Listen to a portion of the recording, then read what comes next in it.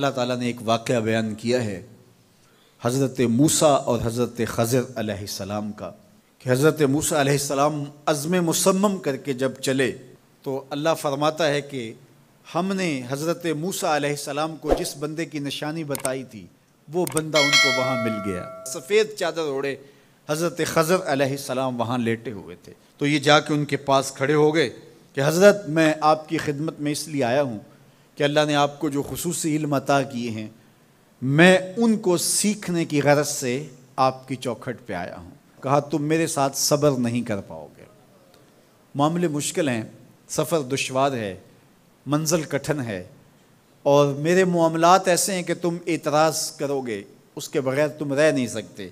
حضرت موسیٰ علیہ السلام نے کہا اگر اللہ نے چاہا تو آپ دیکھیں گے میں صبر کروں گا اور آپ کے کسی حکم کی کسی کام کی میں نافرمانی نہیں کروں گا، کسی کام کا انکار نہیں کروں گا۔ کہا کہ اچھا شرط یہ ہے کہ جو میں کروں اس پر تم اعتراض نہیں کرو گے، سوال نہیں کرو گے، یہاں تک کہ میں خود ہی نہ بتاؤں۔ تو کہا کہ یہ شرط ٹھہری، میں کوئی بات نہیں کروں گا۔ فانطلقا، دونوں چل پڑے، دریا کے پار جانا تھا۔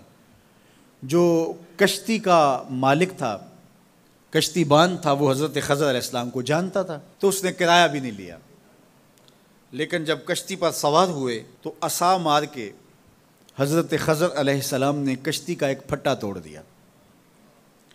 تو بے ساختہ حضرت موسیٰ علیہ السلام نے کہا آپ نے پھٹا توڑ دیا، یہ سارے ڈوب جائے؟ کہا میں نے کہا تھا نا تم میرے کاموں پہ صبر نہیں کر پاؤ گے۔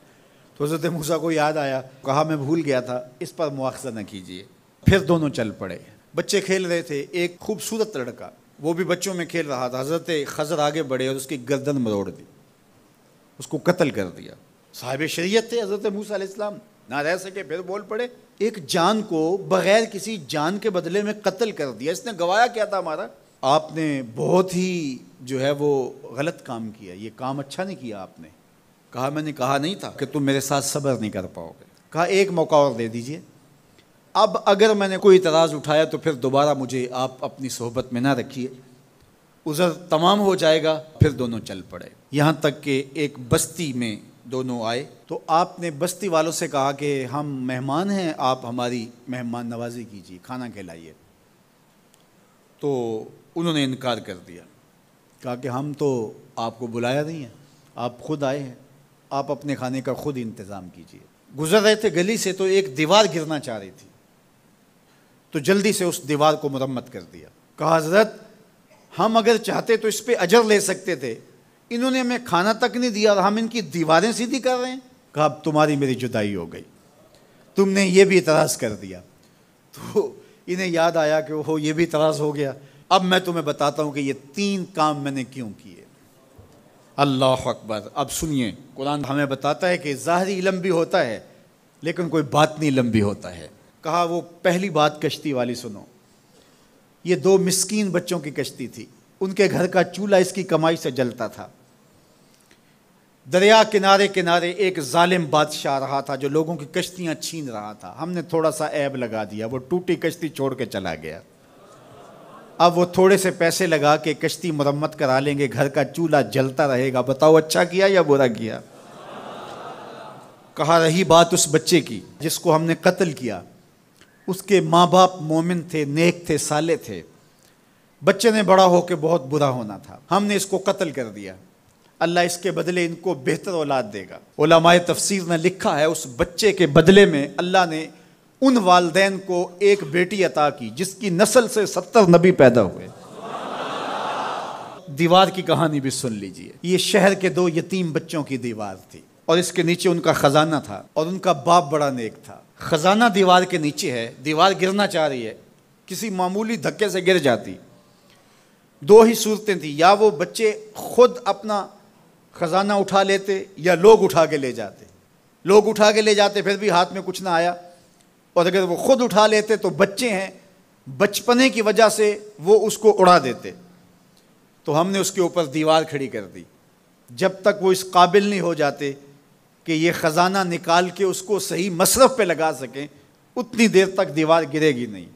اللہ اکبر۔ وہ کسی وجہ سے دیوار قائم رہے گی، اور جب وہ اس عمر کو پہنچ جائیں گے جس عمر میں وہ اس خزانے کو سنبھال سکیں گے تو پھر دیوار خود بخود گر جائے گی اور یہ خزانہ نکال کر کے اپنے کام پہ لے آئیں گے۔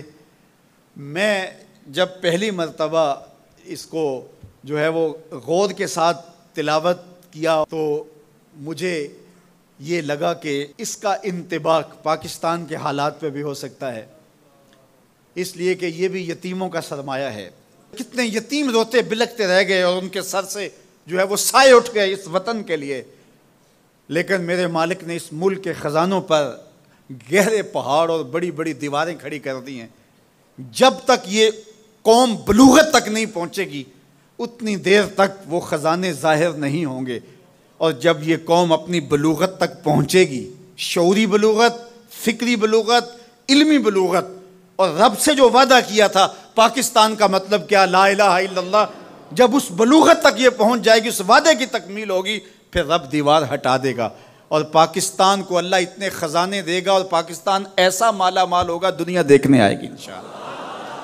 اس لیے رب نے دیواریں بنا کے رکھی۔ تمہارا باپ معین الدین چشتی بڑا نیک تھا، تمہارا باپ داتا گنج بخش علی حجویری بڑا نیک تھا، تمہارا باپ حضرت مجدد الف ثانی بڑا نیک تھا، ان کی وجہ سے میں دیواریں کھڑی کر رہا ہوں اور مضبوط حصار لگا رہا ہوں تمہارے خزانوں پر، اور وہ وقت آئے گا جب تم بلوغت کی عمر کو پہنچو گے، دیواریں ہٹ جائے گی اور تمہارا وطن زمانے پہ مہکتے پھول کی طرح اور چمکتے ستاروں کی طرح اور روشن آفتاب کی طرح چمکتا اور مہکتا دکھائی دے گا، اور زمانہ پاکستان دیکھنے آئے گا، پاکستان دنیا کی قیادت کرے گا انشاءاللہ۔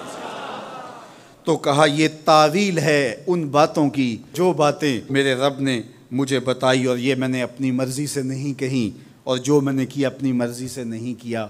تو یہ باطنی باتیں ہیں، شاید یہ باطنی باتوں کے جوش میں یہ بات بھی میں کر گیا۔